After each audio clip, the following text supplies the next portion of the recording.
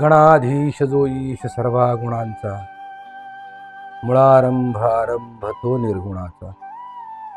नमो शारदा मूळ चत्वार वाचा, गमू पंथ आनंद या राघव. वासुदेव हरिपा.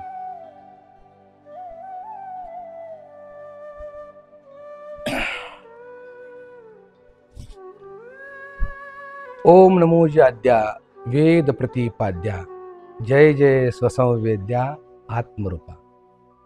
देवा तूची गणेशू, सकलार्थमती प्रकाशू. म्हणे निवृत्ती दासू अवधारित. आकार चरण युगल, उकार उदर विशाल. मकार महामंडल मस्तकाकार. हे तिन्ही एकवटले, तेथ शब्द ब्रह्म कवळले. ज्ञानोबा माऊलींच्या ज्ञानेश्वरीचं पहिला शब्द, पहिलीच ओवी, ओम नमो जी आद्या.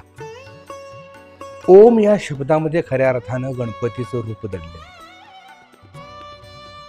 अ उ आणि म. अ म्हणजे आकार चरण युगल, उ म्हणजे उकार उदर विशाल, म म्हणजे मकार महामंडल मस्तकाकार. आकार अ, उकार उ, मकार म. अ उ म हे तिन्ही शब्द जर एकदम उच्चारले तर ओम हा शब्दाची निर्मिती होत असते. हा प्रणव शब्द आहे.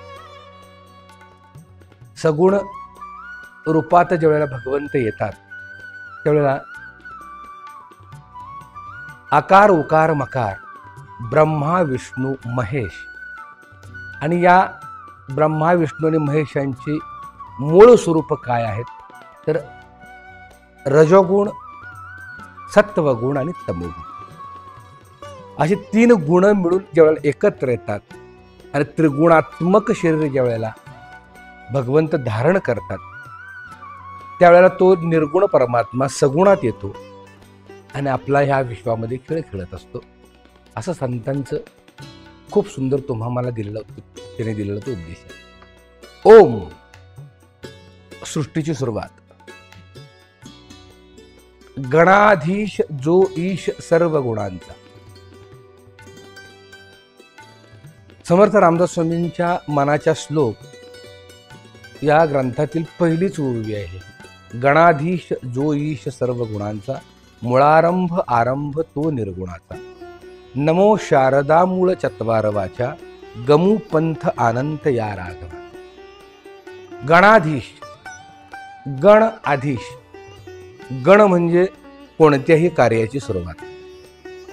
तशी सृष्टीची ज्यावेळेला सुरुवात झाली त्या सुरुवातीच्याही आधी ज्याचं अस्तित्व आहे, जो पूर्वी होता, तो किती काळ होता हे माहीत नाही, तो आता आहे आणि तो पुढे राहणार आहे. असा त्रिकाल अबाधित जो निर्गुण परमात्मा आहे त्याला समर्थांनी गणाधीश हा शब्द संबोधलेला आहे. गण आधीश म्हणजे सुरुवातीच्याही आधी. जो ईश म्हणजे परमात्मा, सर्व गुणांचा म्हणजे रजोगुण तमोगुण आणि सत्वगुण ज्यानं धारण केलेला आहे तो परमात्मा. मुळारंभ आरंभ तो निर्गुणाचा म्हणजे आरंभाचाही मूळ जो आहे तो परमात्मा. आणि सगळ्या कार्याची सुरुवात ज्याच्या स्मरणानं केली जाते तो आरंभीचा भगवंत. नमो शारदा मूळ चत्वार वाचा. मग समर्थानी पुढं शारदेचं वर्णन केलं. आता गणपती हे त्रिगुणात्मक सूक्ष्म रूप आहे. गणपती ही बुद्धीची देवता आहे. प्रत्येक संत महात्म्याने, प्रत्येक भगवंताबद्दल विचार करणाऱ्या योग्यांनी, ऋषींनी प्रत्येक देवताबद्दल आपापली वेगवेगळी मतं मांडलेली. ज्ञानेश्वर माऊली ओंकाराला शब्द ब्रह्म म्हणतात, गणपतीला शब्द ब्रह्म म्हणतात. शब्द ब्रह्म ची सुरुवात ही ओंकारापासून झाली. ओम हा शब्द ज्यावेळेला उजव्या बाजूला फिरवू त्यावेळेला सरळ सरळ गणपतीचं रूप आपल्याला त्या ओंकारा या शब्दामध्ये दिसतं, पण त्याचं मूळ स्वरूप मात्र परमात्म रूप आहे. प्रत्येकजण गणपतीकडे पाहताना वेगवेगळ्या अँगलनं, वेगवेगळ्या दृष्टिकोनातून, वेगवेगळ्या तत्वानुसार पाहत असतो. तसं ज्ञानेश्वर महाराजांनी हे शब्दब्रह्म या तत्वानं गणपतीकडे पाहिलेलं आहे.